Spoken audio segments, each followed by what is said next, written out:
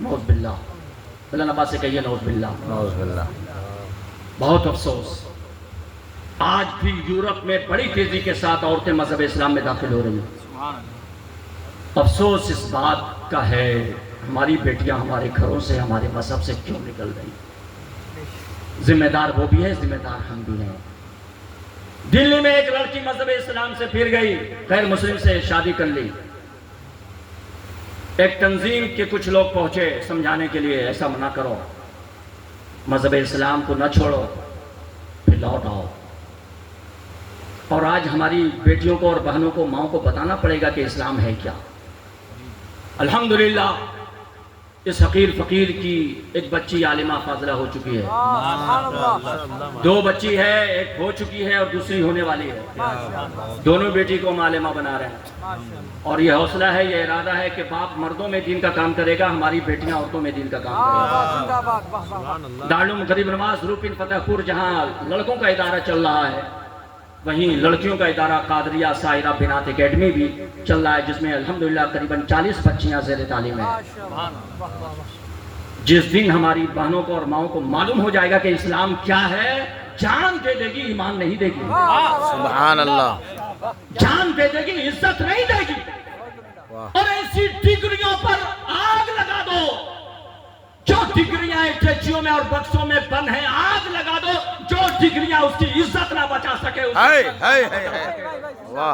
Degree تو وہ ہے جو دنیا بھی بچائے، آخرت بھی بچائے، عزت بھی بچائے، ایمان بھی بچائے۔ وہ ڈگری ایمان کی ڈگری ہے، وہ ڈگری اسلام کی ڈگری ہے، وہ ڈگری قرآن کی ڈگری ہے۔ واہ واہ واہ واہ واہ۔ اپنی بچیوں کو یہ ڈگری دینے کی کوشش کرو۔ سبحان اللہ۔ اور نوجوان، پڑھی لکھی بیوی چاہیے، پڑھی لکھی لڑکی چاہیے، بہت حسین و جمیل چاہیے، صورت بہت اچھی ہو، لیکن اگر سیرت اچھی نہ ہو تو صورت کس کام کی ہے؟ تم بہت حسین و جمیل بیوی تلاش نہ کرو، نمازی تلاش کرو، واہ۔ روزے دار تلاش کرو، قرآن تلاوت کرنے والی تلاش کرو۔ تم صرف بیوی نہ دیکھو، تیرے آنے والی نسل کی ماں ہے وہ۔ واہ واہ۔ جس دن تم نے یہ سوچا کہ میرے آنے والی بیوی صرف بیوی نہیں، میری نسل کی ماں ہے، اگر ماں بنانے کے لیے اگر تم لا رہے ہو تو ماں کو کیسا ہونا چاہیے یہ سمجھ میں آ جائے گا۔ تجھے معلوم ہو جائے گا کہ ایک ماں کو کیسا ہونا چاہیے، کیسی ہونی چاہیے، اس کی عادت، اس کی فکر، اس کی توجہ، اس کی تعلیم، اس کی تربیت کس طرح ہونی چاہیے سمجھ میں آئے گا۔ تو دلی میں لڑکی مرتدہ ہو گئی، اسلام چھوڑ دی، تنظیم کے لوگ پہنچے، کیوں اسلام کیوں چھوڑ دی؟ سب سے پیارا مذہب، اچھا مذہب، بڑی تیزی کے ساتھ پھیلنے والا مذہب، پیارا مذہب، اپنے اصول اور ضابطے بالکل اٹل ہے، لوگوں کی طرح نہیں بدلتے۔ آ جاؤ۔ اس لڑکی نے جو کہا سنیے، پھر میری بات تمام۔ کہاں تھے اتنا دن؟ کہاں تھے اتنے دن؟ کیوں سوئے رہے؟ بہت دیر سے کیوں خبر ہوئی؟ کیا ہوا؟ لو سن لو میرے مختصر سی داستان۔ میرا گھر میرے بابا سے چل رہا تھا، ہمارے بھائی چھوٹے، ہماری بہنیں چھوٹی، سب سے بڑی میں گھر میں۔ اچانک میرے باپ کا انتقال ہو گیا، آمدنی کے دروازے بند ہو گئے۔ بڑا اچھا گھر چل رہا تھا میرا، خوشحال گھر تھا، اچھی آمدنی ہو رہی تھی، میرے باپ کا انتقال ہو گیا۔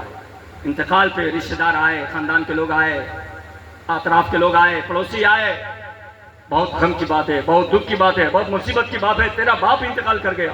لوگوں نے آنسو بہایا، چلتے رہے 3-4 دنوں تک، چہلم تک لوگوں نے خیر و خبر لی، خیریت لی، کیا حال ہے، کیسے ہو؟ قریباً 1 مہینے کے بعد سبوں کا رشتہ ختم ہو گیا۔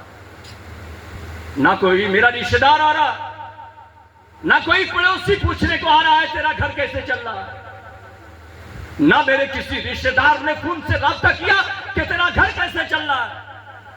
تیرے باپ کا انتقال ہو گیا، آمدنی کا دروازہ بند ہو گیا، کھانے پینے پر آفت ہے یا کھانے چل رہے ہیں؟ تیرے چھوٹے بھائی اور چھوٹی بہنوں کو کپڑے مل رہے ہیں یا نہیں؟ ان کی تعلیمات چل رہی ہے، اسکول میں جا رہے ہیں یا نہیں جا رہے ہیں؟ کسی نے خبر تک نہیں لی۔ میں پریشان ہو گئی، جب مجبور ہو گئی تو اپنے گھر سے قدم نکالی، اور کام تلاش کرنے لگی. بابا نے مجھے پڑھایا تھا. میں کام کی تلاش میں نکلی. ایک آفس میں پہنچی. ایک آفس میں مجھے نوکری مل گئی, جاب مل گیا. میں کام کرنے لگی, لیکن پیسے اتنے نہیں ملتے تھے جس سے میرا گھر چل سکے. اس گھر کا ایک لڑکا, اس آفس میں ایک غیر مسلم لڑکا تھا. میرے حالات, میرے چہرے کے تیور, میری سسکیاں, میرے آنسو کبھی کبھی دیکھ کر کے پریشان ہو جاتا. آخر اس نے پوچھ ہی لیا تیرے ساتھ کیا ہوا ہے. ایک جوان لڑکی ہے لیکن اتنی ٹوٹ کیوں گئی ہے, کیا ہوا تیرے ساتھ بتاؤ. میں نے اپنی ساری کہانی پیش کر دی. اس غیر مسلم نوجوان نے کہا مت گھبراؤ, ہم تمہارے ساتھ ہیں, ہم تمہارے ساتھ ہیں. اور پھر وہ اپنی رقم سے اور اپنی تنخواہ سے میری اور میرے گھر کے لوگوں کی مدد کرنے لگا. کپڑوں کی ضرورت ہوتی کپڑا دیتا, کبھی راشن پانی کی ضرورت ہوتی وہ دیتا, پیسوں کی ضرورت ہوتی وہ دیتا. جب میرے پیسے ختم ہو جاتے تو میری پیٹھ پر وہ کھڑا رہتا. اس کے بعد بھی میرے پڑوس میں رہنے والے مسلمانوں کو ہوش نہیں آیا, میرے رشتہ داروں کو ہوش نہیں آیا. میرے گھر کا خرچہ کیسے چل رہا ہے, میرے چھوٹی بہنیں, چھوٹے بچے کھا کیا رہے ہیں, پڑھ کیا رہے ہیں. لیکن یہ لڑکا ہر وقت میرے ساتھ کھڑا رہا اور کبھی اس نے نہیں کہا ہے کہ میرے مذہب میں داخل ہو جاؤ, مجھ سے شادی کر لو, کبھی نہیں کہا. لیکن میرے دل نے یہ فیصلہ لیا کہ جو میرے ہر قدم پہ ساتھ دے رہا ہے میں کیوں نہیں اس کا ساتھ دوں. گرچہ اس لڑکی کا فیصلہ غلط تھا, لیکن اس غلط فیصلے کا سبب کون بنا. گرچہ اس لڑکی کا فیصلہ بالکل غلط تھا جس نے اسے اسلام سے کفر تک پہنچا دیا, لیکن اس کا ذمہ دار کون ہے. کیا اس کا رشتہ دار نہیں, کیا اس کے خاندان کے لوگ نہیں, کیا قوم کا نوجوان نہیں, کیا پڑوسی کے لوگ نہیں. کیوں نہیں میری قوم کا کوئی نوجوان کھڑا ہو گیا, مت گھبرا, ہم تجھ سے شادی کر لیتے ہیں, تیرا سربراہ سرپرست بن جاتے ہیں, تیرا بھی خیال رکھیں گے, تیرے گھر کا بھی خیال رکھیں گے.